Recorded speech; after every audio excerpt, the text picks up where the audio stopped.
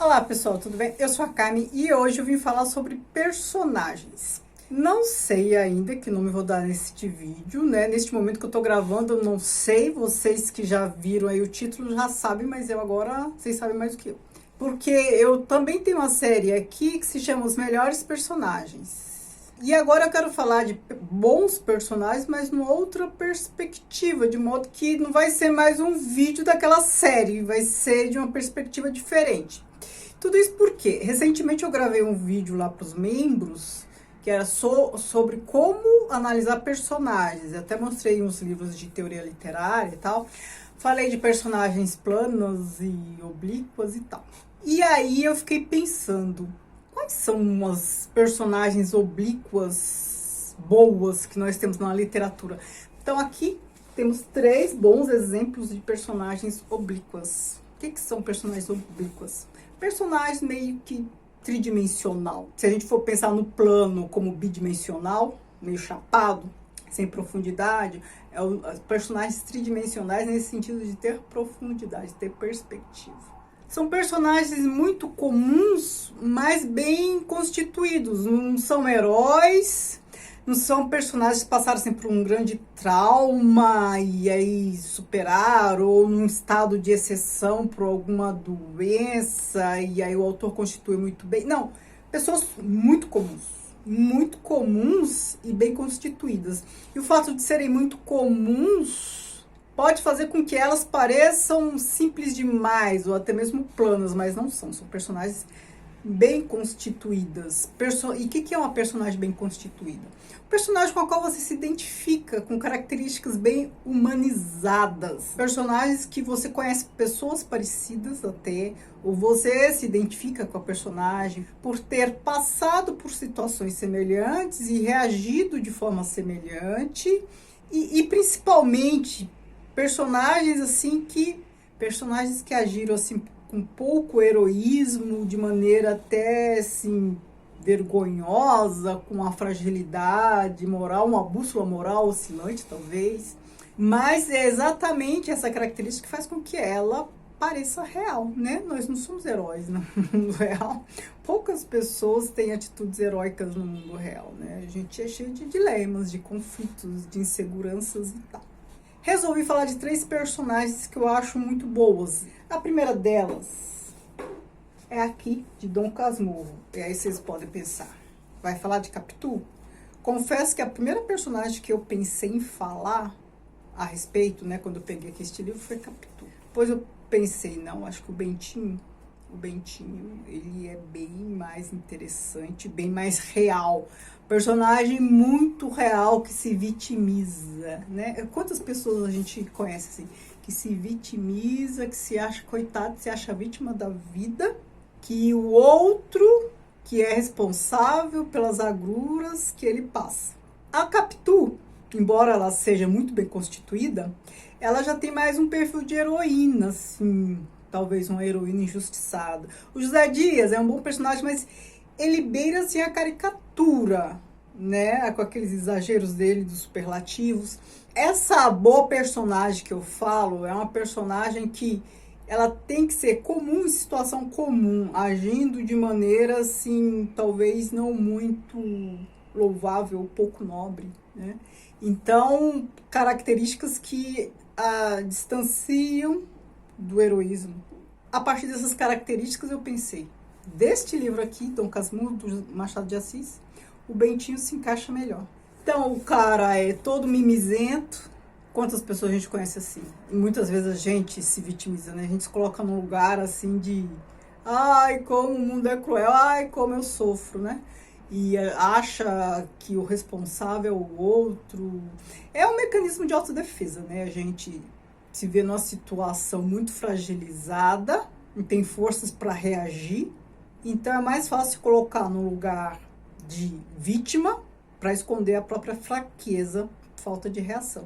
Aí, claro, a culpa vai ser do outro, porque o outro é mau caráter, porque o outro é isso, o outro é aquilo.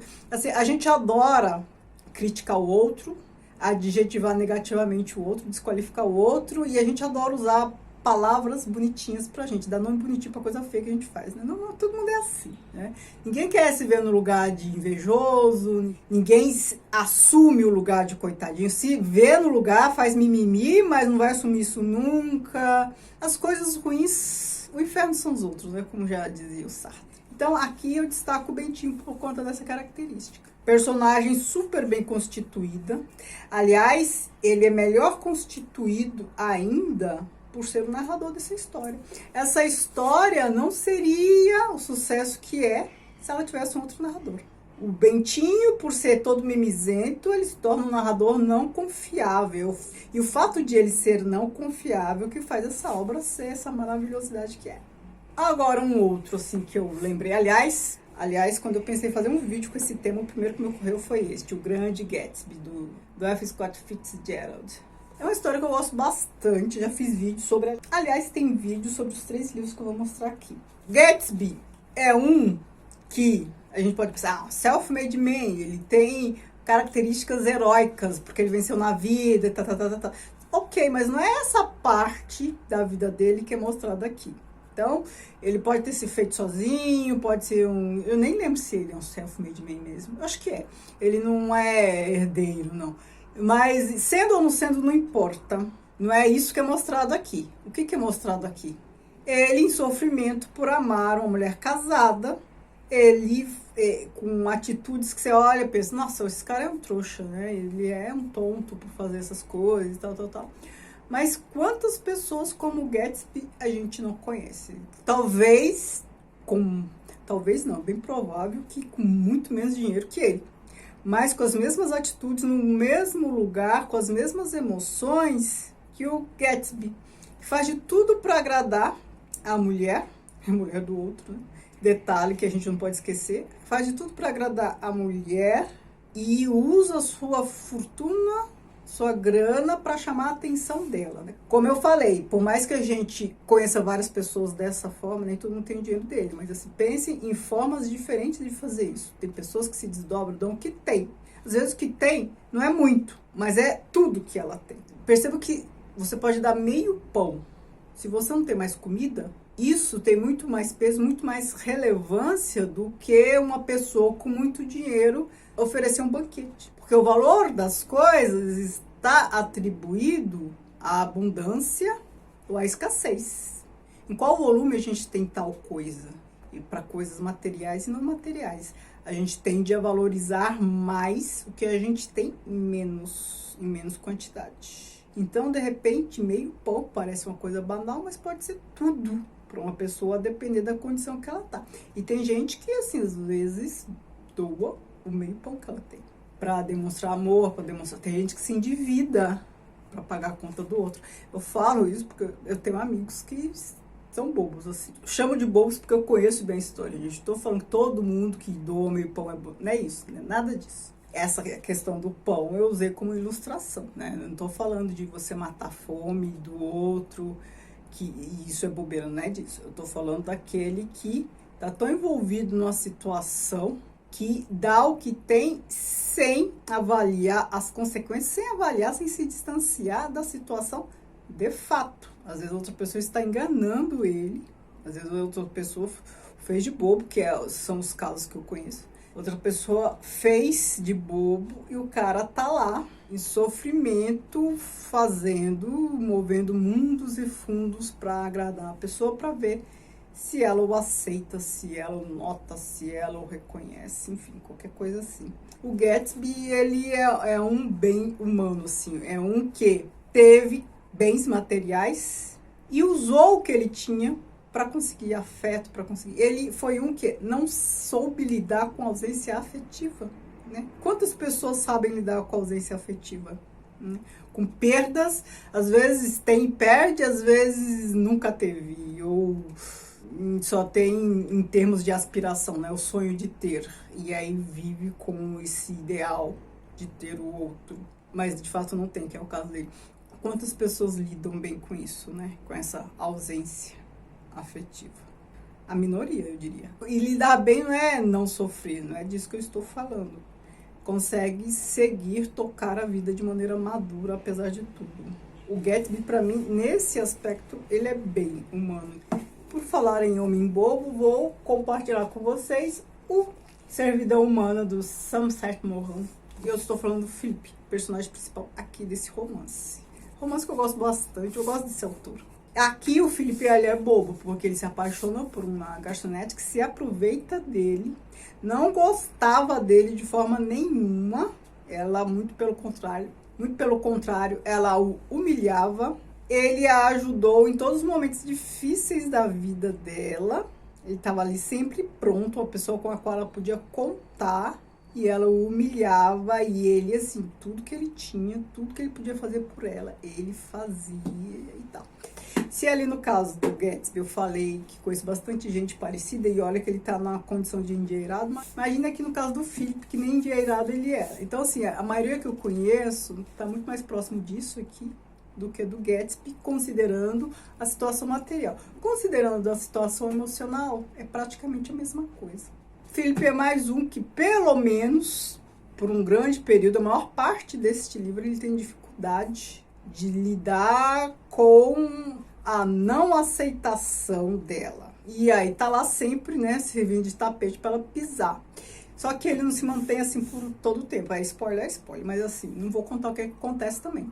Ali, no caso do Gatsby, ele realmente não conseguiu superar. Aqui o Philip, embora seja bobo, aqui sim, ele é bobo, o Gatsby ali não. Ele só teve uma dificuldade de não saber lidar com as emoções, que o Philip não sabia e foi bobo também, né? Aqui o Philip tinha algum problema, que ele ficava naquela aflição com essa criatura, e ele tinha percebo que não é uma questão racional, né? Quem olha assim, analisa e fala, nossa, mas que bobo, porque isso, porque aquilo. Gente, não é racional, ele tinha plena consciência de que ela não merecia. Ele tem até uma passagem que eu adoro, ele, não sei o que ele fala pra ela fala assim, você não é um gentleman. Aí ele fala assim, você acha que se eu fosse um gentleman, eu ia gostar de uma pessoa como você? Só que ele não usa o termo pessoa, ele usa um termo assim de baixo calão, que eu acho que não posso falar aqui. Então ele tem plena consciência, simplesmente não consegue sair daquele lugar, né? A maior parte aqui do tempo neste livro. Quantas pessoas a gente conhece em situação assim, semelhante? Quantas e quantas e quantas? É bobo? É bobo. Mas não é bobo porque quer, né? A pessoa tem dificuldades. A gente tem muitas dificuldades, né? A gente faz umas bobagens às vezes, não é porque quer, é porque não consegue agir de outra forma, mesmo sabendo, mesmo tendo a consciência de que aquilo não é saudável. Essas são as 3 personagens que eu quis mostrar pra vocês. Agora percebendo, escolhi 3 homens. Olha só, homem sofrimento por conta de mulher. Eu escolhi sem pensar, hein? Não foi assim, vou escolher personagens com esse perfil. Não, escolhi personagens que me parecem interessantes, que enfrentam problemas e que são bem reais. Problemas, assim, bem reais mesmo, né? Problema de ter que enfrentar um dragão, por exemplo. Não, problemas que qualquer pessoa, eu ou você, pode enfrentar. Certo? Espero que vocês tenham gostado. Se inscreva neste canal, curta este vídeo, veja as opções para membros. Toda semana tem conteúdo exclusivo para membros deste canal. Espero que vocês tenham gostado. Espero que vocês me indiquem mais personagens assim, boas, bem constituídas, que enfrentam problemas de gente como a gente. Certo? Obrigada, beijos e tchau, tchau.